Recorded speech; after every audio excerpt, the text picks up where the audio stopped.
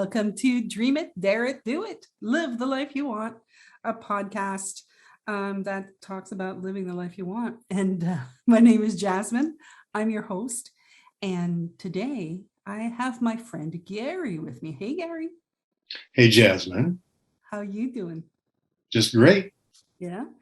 People, Gary and I met during Super Coach Academy. Are you guys surprised? I guess not. I've been talking about Super Coach so much. People are probably going, okay, she's like a walking billboard. Right. No, I just met so many great people during that episode that I love talking to them. So, Gary, since Super Coach Academy, what have you been up to? Well, it's funny because Supercoach really sort of just started to clarify where I wanted to concentrate, who I wanted to work with, and what sort of focus I wanted to give my work. Even though I've been a coach for 25 years, but I just got to the principles about 3 years ago now. 3 years, I think. And like you and like an awful lot of other people in Supercoach, it just really changed me. Well, it didn't really change me, but nothing changed and everything seemed completely different. And the experience of life I had was so much easier and continues to become easier over time. That I guess that just let some new horizons open for me, and where I really wanted to focus my coaching, where I thought I could bring the most to it. And where is it? Where do you? Well, it's in a couple of places. Strangely, I'm back to working with corporate teams because I've done an awful lot of that. But the tools I have now are completely different, and where I could kind of move things along a bit before, probably as much as almost anybody else. Now I can share that sort of transformation with them and make their lives easier and make their decisions better and just give them a lot more clarity when things seem to be going off the rails. So that's one area, working with teams. Another area is, and I haven't really gotten too far into this, just because there's certain restrictions that I want to be mindful of, but working with people who are in constant pain and who can't find any relief, because that was my situation for many years. And I had to learn the difference between pain and suffering, learn how to separate suffering from pain. Mm. So along the way, I seem to have less pain now, but even when I do have pain, I'm not suffering from it. I don't need to go down that extra rat hole and give myself that extra hard time. So I'd like to be working with people who are experiencing that. But as I said, there's certain restrictions I have to be mindful of, and I haven't done that yet. I'm also doing a lot of work, which I've always done, with helping people go from self-consciousness to self-confident. As a matter of fact, I have a new program starting before long that is called Self-Conscious to Self-Confident.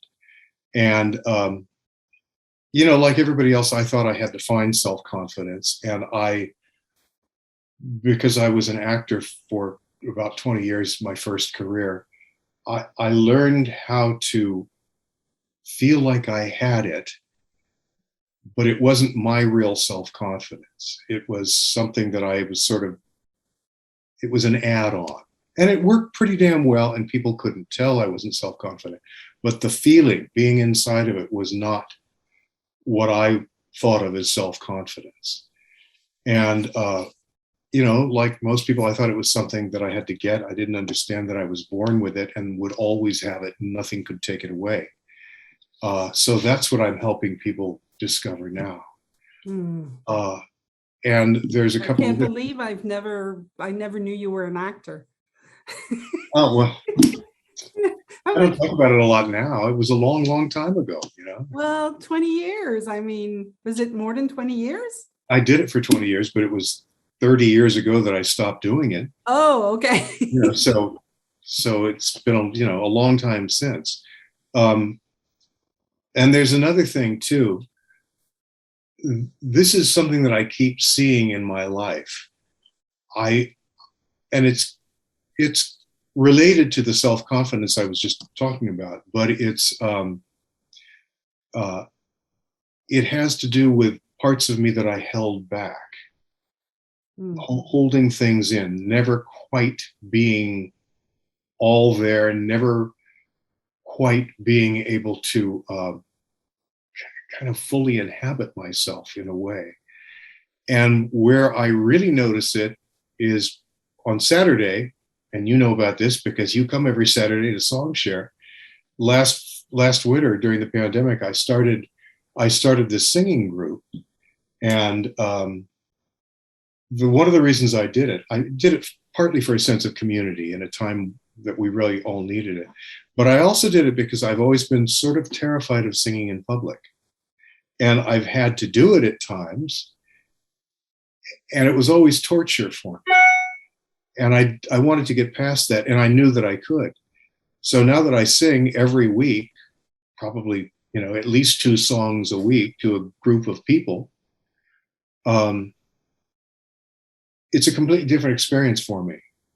I love it so much, and I don't hold anything back anymore. And that not holding anything back is sort of the through line for everything that's changed in my life. Just there's no need to hold it in, and that's really made things different for me. And So for you, it was about holding stuff back. yeah, It wasn't about, because, like you said, I come to Songshare. So for those of you wondering what Songshare is, let's let them know.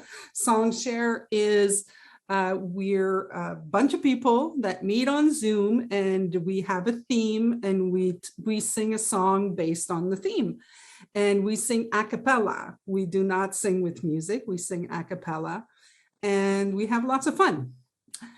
And it's not only a cappella, it's one at a time, which people tend to find a little more intimidating. It's one thing to sing with a bunch of other people. It's another thing when it's just your voice. But that's really how you develop. I'm sorry, I interrupted you. That's okay. Needed to get specific.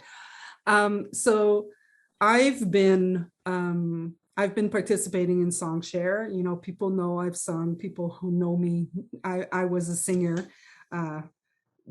Years ago, I did it for a while, and I had stopped singing for me. But I remember, when I was performing, that for me, it was really about the thinking behind it. Like what would be holding me back was, or what would make it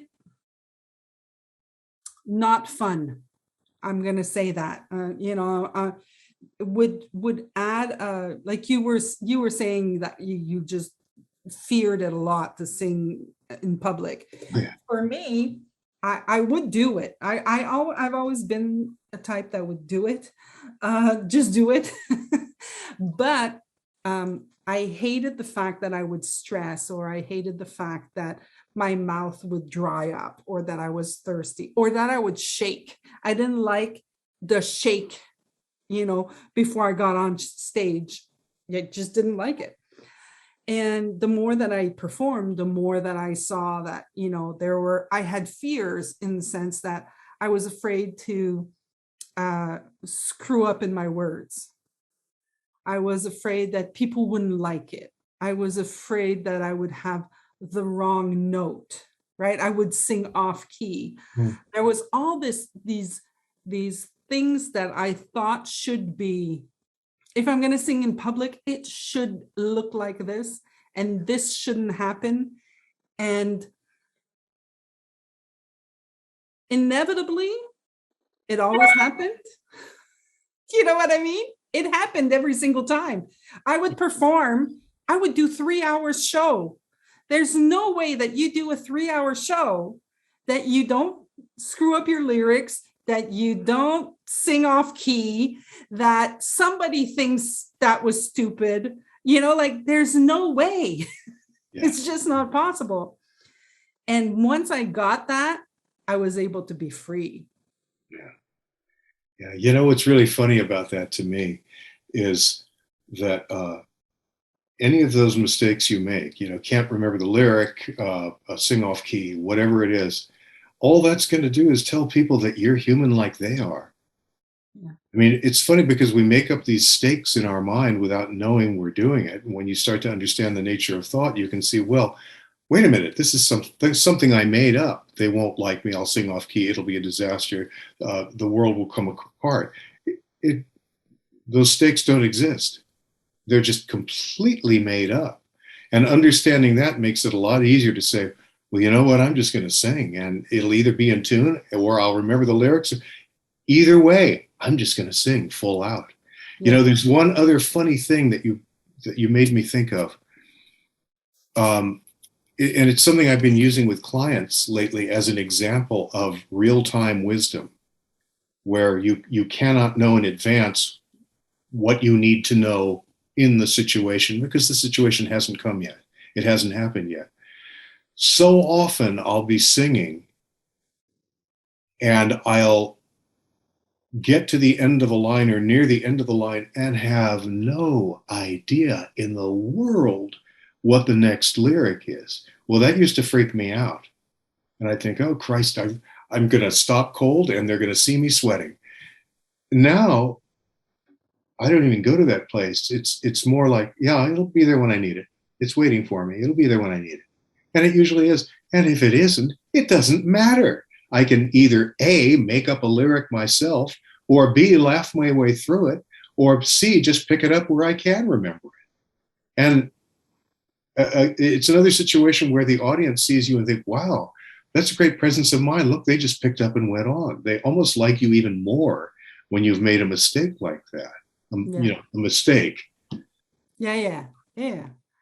It's funny because, like I said, off camera, I was telling you that I'm doing Michael's Living a Guided Life.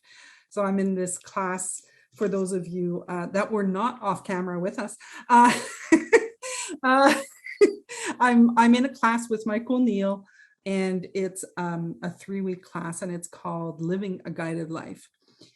And today it was just a great, it was a great conversation. And it's funny because Michael can just put words to things that I think already, you know, but he puts the words to it and I go, yeah, that's what I wanted to say. Yeah. You know, and in there,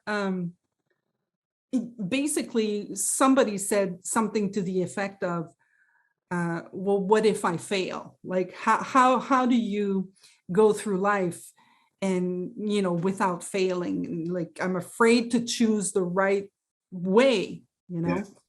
And for me, it was kind of like my first reaction was that's a little heady. That's like, you're pretty much in your head right now at this point, right?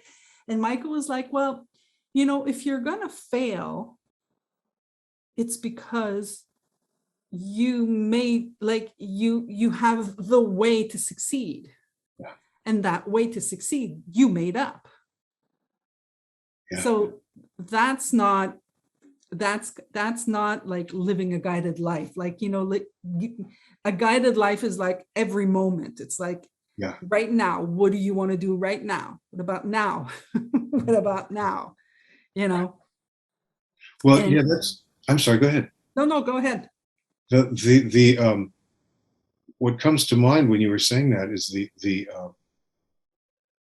reaction a lot of us have a lot of the time, which is, oh, that's not how I wanted it to go, or that's not how I thought it was going to go, and judging it a failure because it didn't conform to the fantasy we had beforehand of what it was going to look like when it came into form, when it came to life, you know?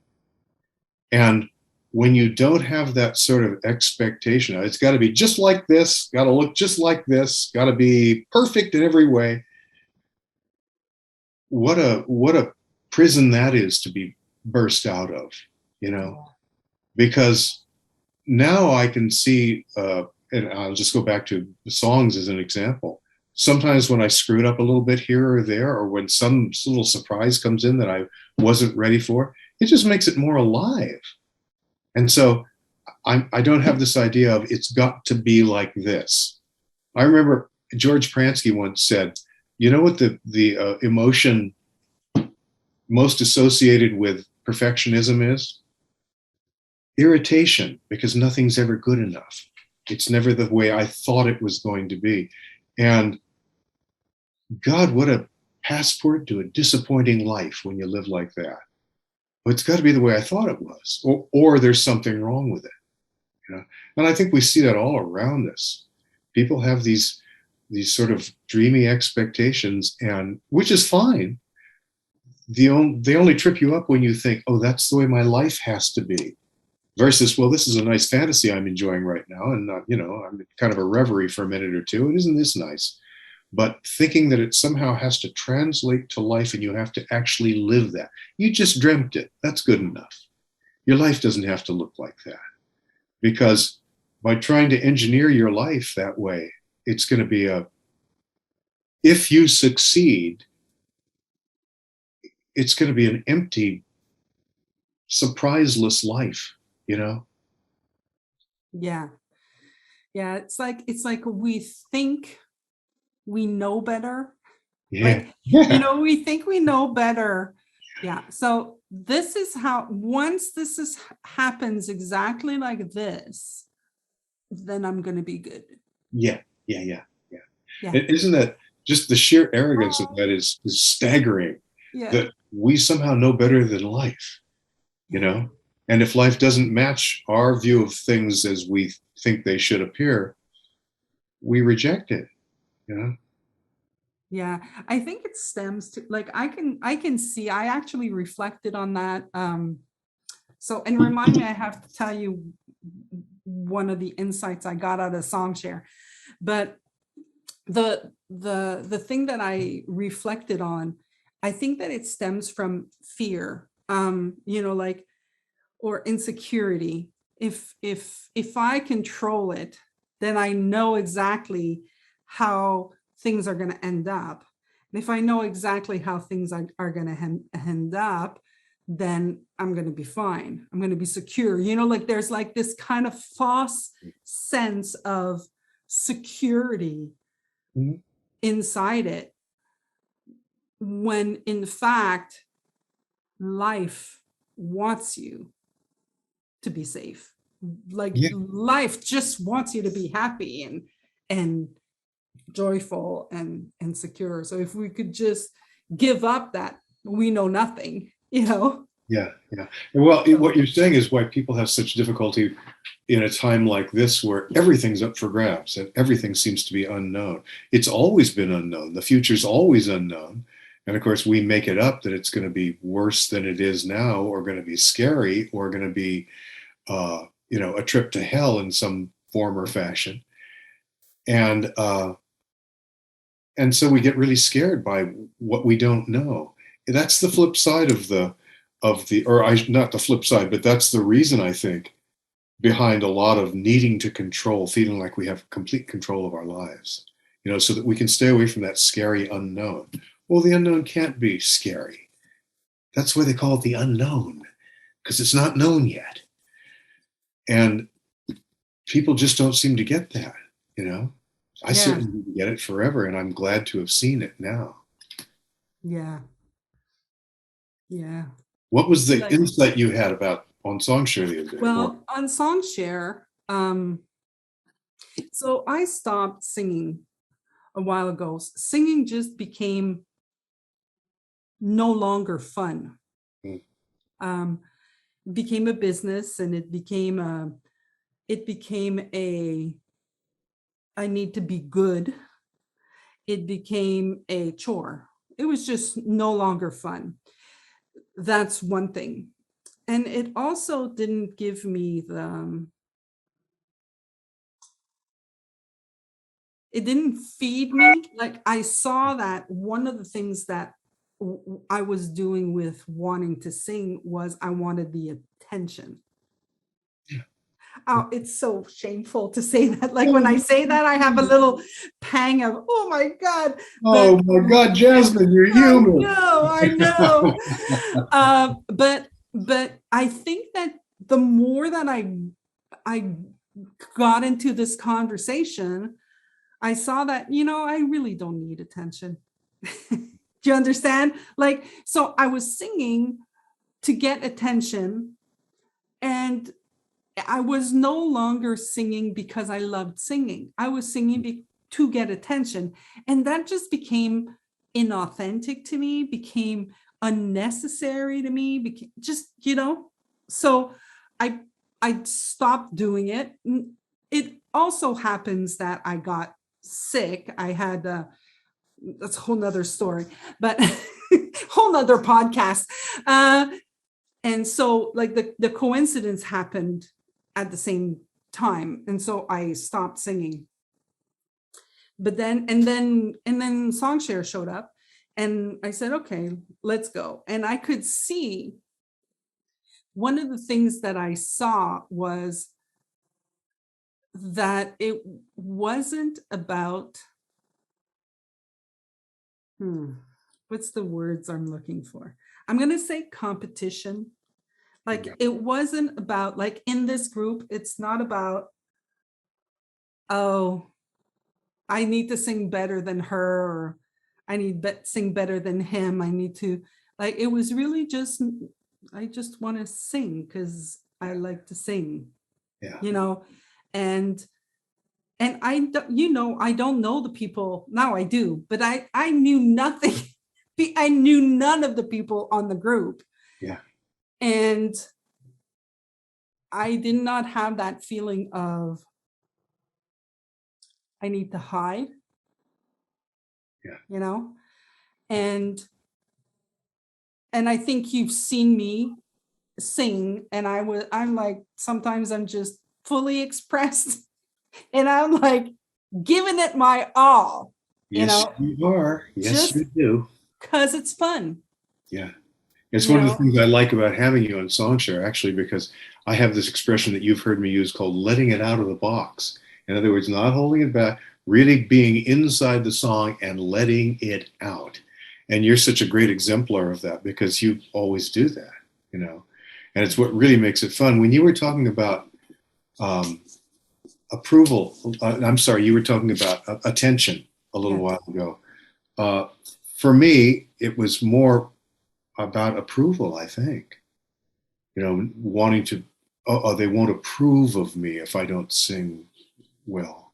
Well, that's something that, the last vestiges of dropped away quite a while ago. It's not a factor anymore. It doesn't even enter into the conversation. Will they approve of me? And no, you're right.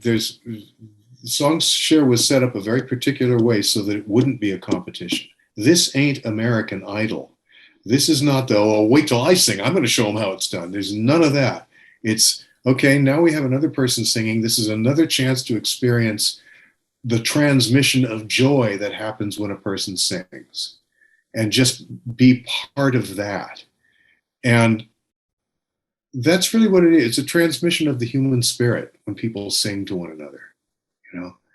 And so by clouding it up, or dirtying it up with making it into a competition, or making it into look at me, look at me, look at me, or all the pressure that we can put onto ourselves. Oh, right. Oh, like, God, there's so much joy to be had when you're singing, and then we taint the joy with the should, could, would, anything. And now we're talking about singing. We're just talking about singing. Like, this is what we do everywhere. Yeah. This is what we do everywhere. So now we're just like giving an example of singing aloud. But you can translate that to anything, really. Yeah, you can. Yeah. And it's really funny to, I mean, we've been doing that for uh, 9 months now, I think. Song share Mm. every weekend. And it's really funny to see the progression of so many people on there. I really notice it in Nina, my Me wife. too. Yeah, me She's, too. she's much freer with her singing, much more open with it. And it's wonderful to watch. Now, I hear it in myself, certainly. I see it in a lot of other people. I mean, some of the people, like the people who have been professional singers, you don't see that as much because it wasn't something they had to work through or get to the other side of, Yeah, but it's really cool. I'm going to tell you what I like about that. It's also really cool. Now I know who the professional singers were, Mm-hmm. right? But in the beginning, you don't know. And No. I didn't feel that. And should I have known this prior? Should I have known about Jerry prior? Yeah. I would have probably put a lot of pressure on me. It's funny because I remember calling him up after one of the first song shares and complimenting him and saying, you know, this is my friend Jerry Lanning, who has a voice that would blow anybody away. And I mean anybody. He has the voice of it comes along once in every few generations. And he's had a big career on Broadway, and he doesn't need to lord that over. The first times he sang, it was just another person singing. And I complimented him on that and said, that's exactly the spirit of what we want to do here. It's just the human spirit coming through this person and coming through this person and coming through this person. And of course, it sounds slightly different with each person. And it's also why there have been times when we've organized it so that everybody sang the same song. Remember, we sang the Charlie Chaplin song, Smile. Yeah. I think there were about 15 people on that day. Everybody sang Smile. And it was a chance to see, the same, a different gift with the same wrapping. Because once you undo the wrapping, here's a completely different version of it coming through this person, you know? Yeah. And it was so wonderful to watch that. I want to do that again. Everybody sing the same song. Yeah. Yeah. It's really a lot of fun. I have to admit, I have to admit that this Saturday when Jerry said that was beautiful, Jasmine, I was just like, oh, Jerry's it was Well, beautiful. it was. You sing beautifully every week, but it was Yeah. especially noteworthy last Saturday. I mean, it really Yeah. moved people. I love to look at people's eyes when somebody else is singing, and just look at and see the attention people are paying. Just this rapt attention, completely connected to the person singing. It's really wonderful. It's what you're reminding me of something that also occurred. uh, that I've been in these inquiries lately, and I don't remember if I've talked about it in another podcast. If I have, I'm sorry, it's still there. So the thing that I've noticed is, or something that's becoming more and more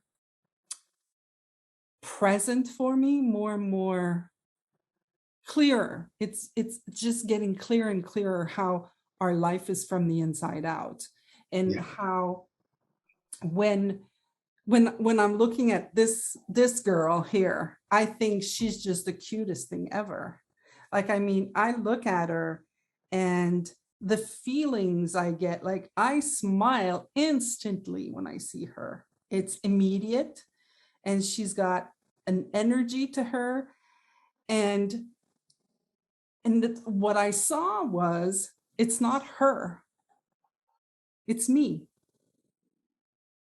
She is who she is. But when I see her, it just brings something to me. There's something, and it's coming from in me. That's mine.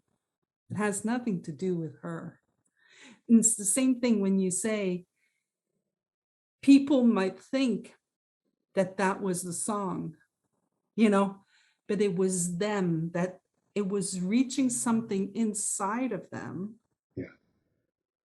that created an emotion, created a feeling, created a. Well, as you're saying that, something occurs to me. It's a way to see the divinity in other people and yourself at the same time, and to see that there's no difference. And I see that all the time at Songshare. I mean, it really is funny when you start to look for this stuff, you see it everywhere. You know, I mean, here we are talking about singing and the three principles. I don't know if that's ever been linked before, but it's you can just see that everywhere. You know, the how we create our worlds out of thought and assume that that's the real world that everybody else is experiencing too, and of course they're not. Yeah. You know, I had an insight the other day. Uh, I find myself singing during the week because I even though I know hundreds and hundreds of songs, I uh, love to learn a new song every week if I can. And whether or not I sing it on Songshare doesn't really matter. And at some point during every day when I have a break, I'm out taking a walk on my country road, singing at full volume, and nobody's around. And it's just great. But I was really down on myself one morning. I was really, really getting on myself. And I thought, yeah, I'm going to go out for a walk and have a sing. And now, you know, that'll bring me back to myself. And I did that. And it occurred to me, one of the things I like about singing is you can't really sing and be down on yourself because there's no focus left for that. There's no concentration left for that. And so I've used that a couple of times. You know, I'm a little down on myself. I think I'll just go sing. It just takes me out of that. You know, there's no way to do that. When you're doing that transmission of the human spirit, you can't be thinking about, you know, the little problems you think you have in life or what you're facing. Right? There's just no place for it. There's no space. Yeah, it's a nice way to come to the present. Yeah, it really is. It really is. Yeah, it's definitely you have to be in the present moment. Yeah, yeah, and it's a very accessible way. I like it because it's a way to. It can be a way to demonstrate how quickly you come back to yourself. You know, because that the sort of singing we're talking about really does takes all your focus. I mean, it's not like you're judging it. You can't judge yourself and sing at the same time. I tried that for years. It's why I could never sing the way I wanted to, and why I can now, because there's no judgment. It's just a complete involvement with and concentration on singing, transmitting that human spirit. And there's no room left for, well, geez, I should have done it this way, and why didn't I do that? And this is taking so long. There's no room for any of that. It just evaporates. Yeah. Yeah. But that's true of things other than singing, of course. I'm just discovering how singing is an entryway into that place. Yeah. Yeah, like I said, we're talking about singing, but you know, some people might do it with painting. I mean, I've had the conversation with Nina where, you know, Nina creates pieces of art and, you know, she knows exactly if she starts judging herself on how this should go, it's just not going to happen. Yeah, I was in her office earlier today and she had a collage she was making, and I just broke out laughing. And I said, that is so wonderful. How did you possibly ever come up with that? And I mean, she goes to the place doing her art that I go when I'm singing. It's Yep. just a place of pure presence. Yeah. I do that with computers. I know you know that. Oh. I do that with computers. I kind of like I just explore and I look and I don't like I just don't there's nothing that stops me there. I'm very curious. How did that work? How did that go? And I dig and dig and dig and dig, you know? Yeah. And it's a nice way for me to play there. That definitely gets me going. Well, I love the sound of that and I admire it. I'm not sure I'll ever get to that, and that's okay, you know. It is. It's okay. But that's It's okay. not what You I'm. know me, so you're good. Yeah, absolutely, absolutely. All right. So is there anything coming up for you coming up soon? I think you told me you're working on a new program. Yeah, it's the self-conscious to self-confident program. Okay. And I also have another program starting before long called Showing Up as Love, Mm. uh, because I've really, really started to see uh, how love really is everything. How every vibration in the universe is a vibration of love. You know how that's underneath, how that underlies everything. And what we're talking about when you were just talking about being computers and or I was talking about singing or any of that, when you're really in something like that and you give yourself over to it completely, that's showing up as love, you Yeah. know. And I think everybody kind of wants more of that more of the time, because most people know what it feels like, and we don't get it that much, or we think it's not available to us that much, and it's always available no matter what we're doing. Honestly, I've had insights about love. Um, what was stopping me from feeling love was I had set definition. Love looks like this. Love, this is the description of love. And, you know, and when this was not happening, then, you know, Yeah, that wasn't love. And so I went through I can tell you the first 30 years of my life thinking that nobody loved me because of that description of love, you know? And that description of love totally changed for me. Um, and for me, it's about accepting. For me, it's a lot about accepting. If I have to put a definition on it, if I have to, um, I'm just trying to put words to really a feeling. yeah, Um, it's just like surrendering just yeah, to what is right now, yeah. Well, exactly as it is, exactly as it is not. yeah, and that sort of acceptance is another word for love too. Yeah. Just that. I mean, when you get right down to it, love is just saying yes to life instead of saying no. That no, that's not that version. No, not that form. That's not it. That's not it. It's just saying yes more than saying no. Yeah. And God in heaven, does that make life easier? You know, when you're just able to say yes to life. Because I think most of us don't realize how often and how loudly we say no. It's, you know, love often shows up in clothes other than the ones we're expecting it to be wearing. And so we don't recognize it, you know. It's in a costume other than what we expect, a form other than what we expect. And so we just don't recognize it. And it's gotten to be fun to look for it instead of be surprised by it, but to be looking for it. You know, where's the love in this? Where's the love in it?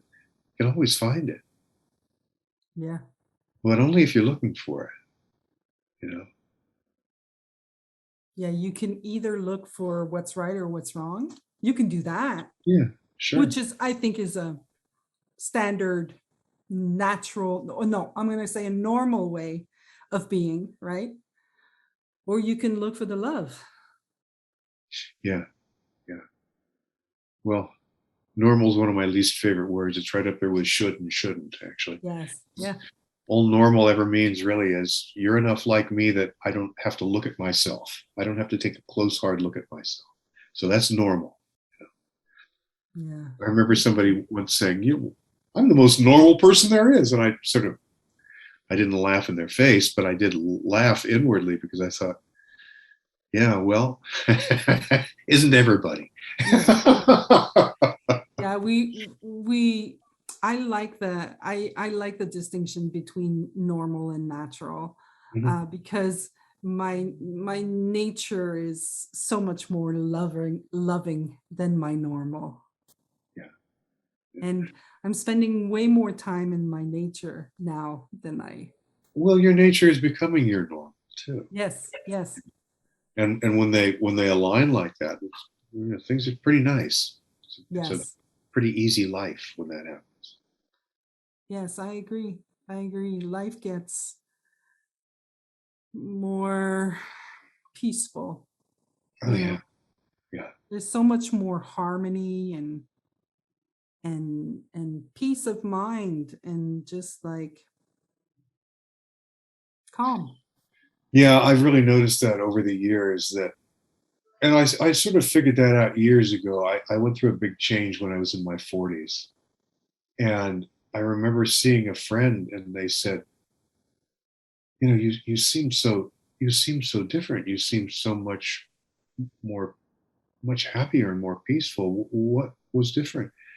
And I didn't have an answer in mind, but the words that came out of my mouth seemed true. I said, well, I stopped saying no to everything as my default. I started saying yes to things. And over time, it became much easier to do that so that there wasn't the automatic no waiting. The yes was already there, you know. Yeah. I remember that too. I remember noticing that I was an automatic no. Mm. And I was like, wait a second. I said no. Like I saw myself, somebody asked me something, and I remember like it was kind of like an outer body experience. I remember seeing myself already with a no, but the question was not finished. Yeah, that's great. And I really saw, I was like, wow, I'm an automatic no. That was like my automatic way of being. And like, that was kind of like an epiphany where I was like, okay, wait, next time I'm going to finish to listen to the question first and then look again, because the automatic was just like, it's like putting your flasher and turning left. You don't even know you just did it. Yeah. You put your flasher because your body But when you remembers, when you right? start to see it the way you did, especially as you said, when the question wasn't even out of the other person's mouth and you saw yourself saying no, well, the cat's really out of the bag then. Yeah, You yeah, know, that's when it's really easy to see, oh my God, I'm just Dr. No here. yeah, Everything's no. yeah, And I think there are probably any number of reasons for doing that, but a lot of it is feeling like you have to protect yourself. It certainly was for me. yeah, And that somehow a no will protect you where a yes won't. Protect you from what, though, is the question. You know, yeah, protect you yeah, from life? Well, we don't need protection from life. yeah, yeah. Yes, we don't need protection from life. Ute certainly doesn't. Look at, No, Bote is very comfortable. yeah. Yeah. Well, Gary, I knew we were going to have a beautiful conversation. Is our time up already? It's our time is up. Our Wow. time is up. Sure Yeah, went it goes fast. fast. Yeah. Yeah. Well, that Yeah. was fun. It was fun. And so is the website up yet?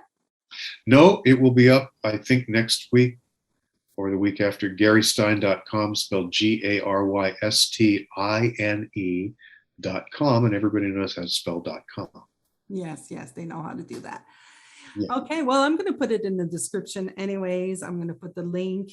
And thank you very much for accepting. Oh, thank you. This was so much fun. I really had a ball. And Yeah, I will see you Saturday and be eager to hear what you're singing.